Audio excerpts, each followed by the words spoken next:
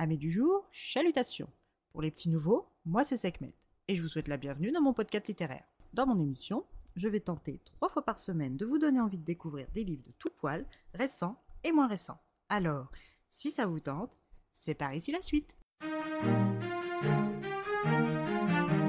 Aujourd'hui, je vais vous présenter Flagrant délice, 3e enquête des Thé meurtriers d'Oxford, de Tsini Anna, publiée aux éditions City. Dans ce 3e volet des Thé meurtriers d'Oxford, nous retournons dans le petit village des Cotswolds, Meadowford-on-Smith, dans la maison des parents de Gemma Rose en pleine nuit. Gemma est réveillée à 2h du matin par un appel de son ami le professeur Seth Browning. Seth est paniqué et demande à Gemma de se rendre immédiatement dans la Potter's Lodge au Wadsworth College pour prendre une note qu'il a laissée dans le casier du professeur Quentin Barrow. Seth lui dit de passer par la petite porte en bois qui sépare Gloucester College de Wadsworth College avec le double des clés qu'il lui a donné et de ne pas se faire voir de la police. Gemma lui demande des explications, mais pour seule réponse, Seth lui demande de lui faire confiance et de récupérer le papier avant de lui raccrocher au nez. Il est 2h du matin, mais Gemma n'a jamais entendu son ami dans cet état.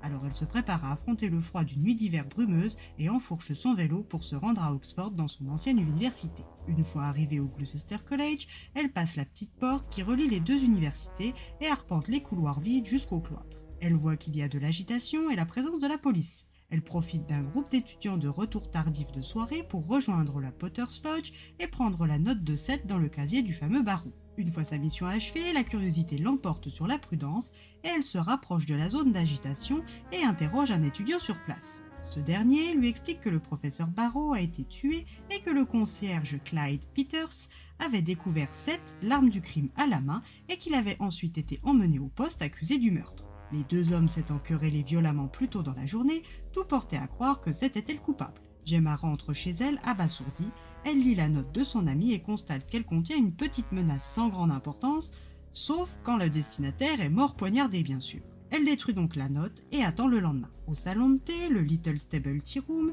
Gemma est plongée dans ses pensées quand un groupe de touristes japonais arrive, suivi de près par le quatuor des vieilles chouettes, toujours composé de Mabel Cook, Glenda Bailey, Florence Doyle et Ethel Webb. Les 4 octogénaires sont devenus, en plus d'être des habitués, des aides précieuses au salon. Alors que Gemma luttait pour se concentrer, la leader des commères Mabel lui demande si elle sait pour l'arrestation de son ami professeur de chimie. Gemma feint l'ignorance et Mabel, loin d'être dupe, lui révèle tout de même quelques news. L'arme du crime est supposée être une dague égyptienne.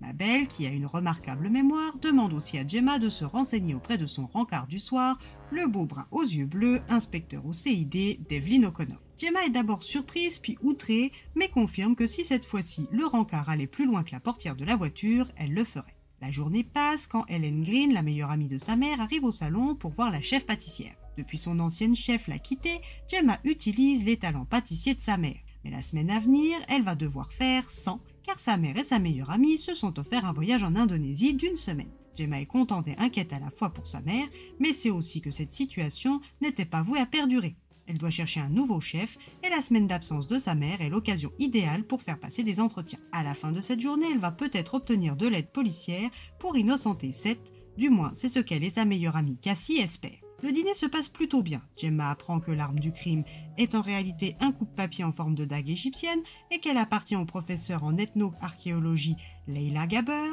qu'il y avait aussi un homme grand et roux filmé dans la rue à l'heure du meurtre, et toutes ces informations font chaud au cœur à Gemma, qui pousse jusqu'à demander à Devlin d'orienter l'enquête dans une autre direction que celle bien trop évidente de Seth. Devlin se braque et la soirée finit aussi froide que la température extérieure. Pas le temps pour elle de s'apesantir sur son sort amoureux, elle doit creuser la piste de l'inconnu roux, très probablement un SDF d'Oxford. Gemma apprend que son ami travaillait bénévolement pour le compte de Gloucester College et en partenariat avec le Wadsworth College sur un projet caritatif visant le relogement des SDF volontaires d'Oxford, et ce projet l'opposait au professeur Barrow. C'est dans ce contexte qu'il avait rencontré Jim, un sans-abri roux et bourru. Cet homme est lettré et instruit a été le lien entre la communauté SDF d'Oxford et les bénévoles universitaires en charge du projet de construction. Le lundi soir, elle est sortie avec son ami Lincoln, le fils médecin de Helen, pour une soirée de remise de prix se déroulant à Wadsworth College. Gemma va profiter de cette soirée pour éprouver toutes ses théories. Trouvera-t-elle encore une fois la réponse aux questions qui pourraient innocenter Seth? Avec l'aide de ses mamies fouineuses, de Cassie, de Lincoln et de rencontres faites en chemin, venez vous aussi suivre Gemma dans son enquête.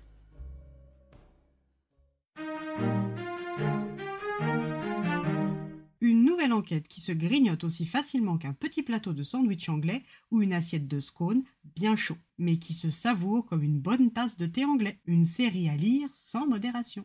Et bien voilà, j'en ai fini pour aujourd'hui. J'espère que cet épisode vous aura plu et vous aura donné des nouvelles idées de lecture. Si vous souhaitez découvrir d'autres petits bonbons littéraires tout droit sortis de ma bibliothèque, je vous retrouve le jeudi 11 avril prochain pour un nouvel épisode. Et si d'ici là je vous manque de trop, n'hésitez pas à me rejoindre sur mon compte Instagram, @leslecturesdeSekhmet. Sur ce, chalut les amis, et à la prochaine!